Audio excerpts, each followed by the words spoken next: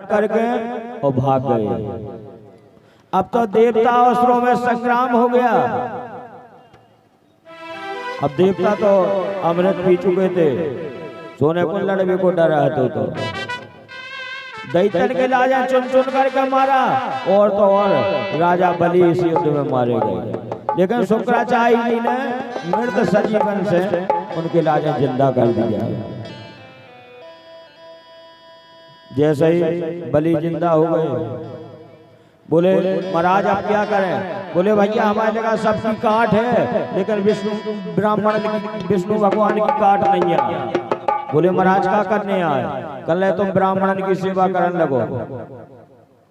अब तो क्या था, सब दैत्य ब्राह्मण के लाजे बड़ी बड़ी दंडवत प्रणाम करने लगे। ब्राह्मण बड़े बड़े आशीर्वाद देने लगे। कुछ दिनों के बाद शुक्राचार्य ने और सभी ब्राह्मणों ने अपने अंश को मिलाकर के एक तेजोमयी रथ राजा बलि के लाजे प्रदान कर दिया। और जैसे ही राजा बलि ने उस रथ में बैठे और स्वर्ग पे आक्रमण कर दिया, सो सभी देवता वहां से भाग गए।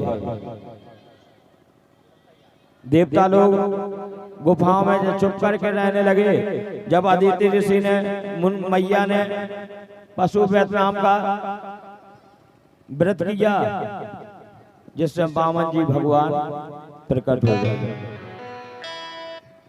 और जैसे ही वामन जी प्रकट हो गए तो सभी देवता भगवान के पास जाकर के पहुंचे। बोले महाराज हमारे लाजे तीनों लोगों का राज्य चाहिए। वामन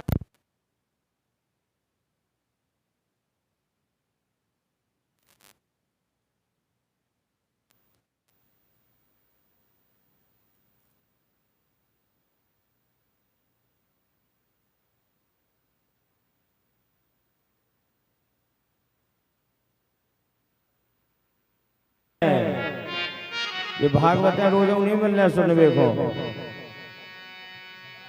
और जैसे ही भगवान वामन जी और राजा बलि के दरवाजे पे पहुंचे और भगवान बलि ने इनके रूप को देखा,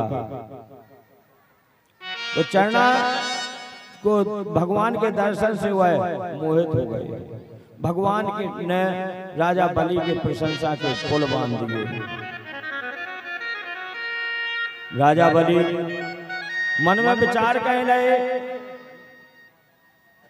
और वामन जी से बोले कल महाराज आपके राजन जो इच्छा हो वो मांगो।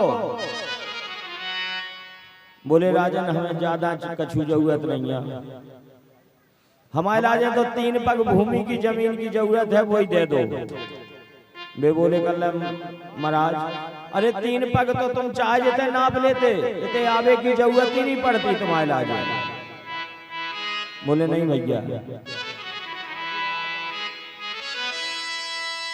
अब शुक्राचार्य ने देखा कि बड़ी देर से बातें बना रहा है, देखते हैं कौन है। तो शुक्राचार्य उनके पास में आए। हे राजा बलि। ये हाँ महाराज।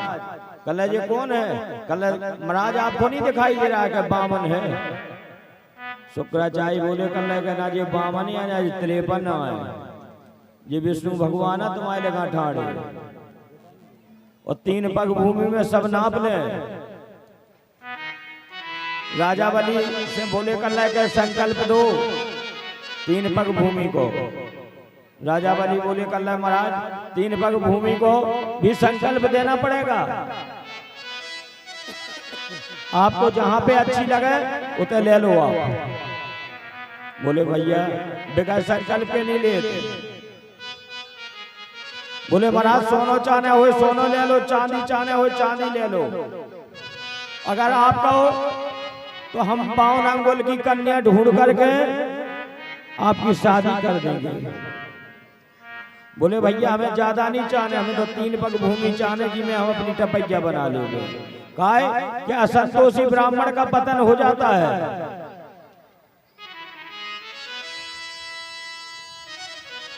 बोले ठीक है महाराज।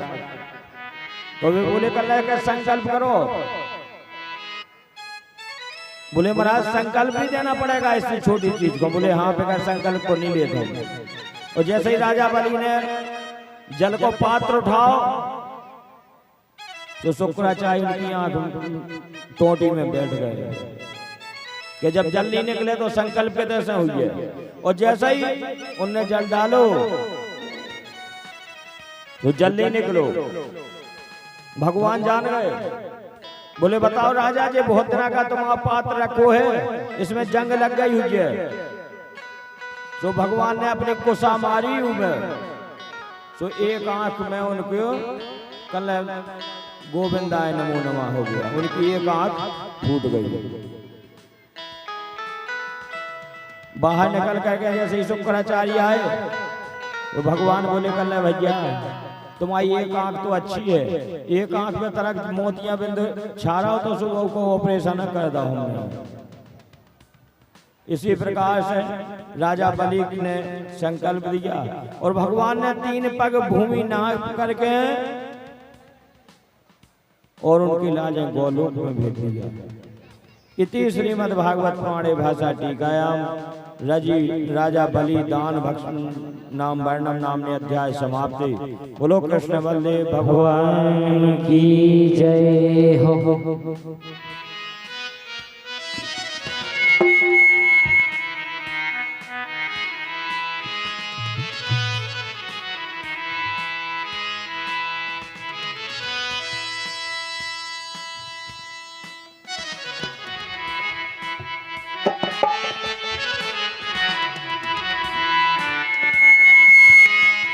बोले वृंदावन बिहारी लाल की जय। तुझसी लागी रे लगन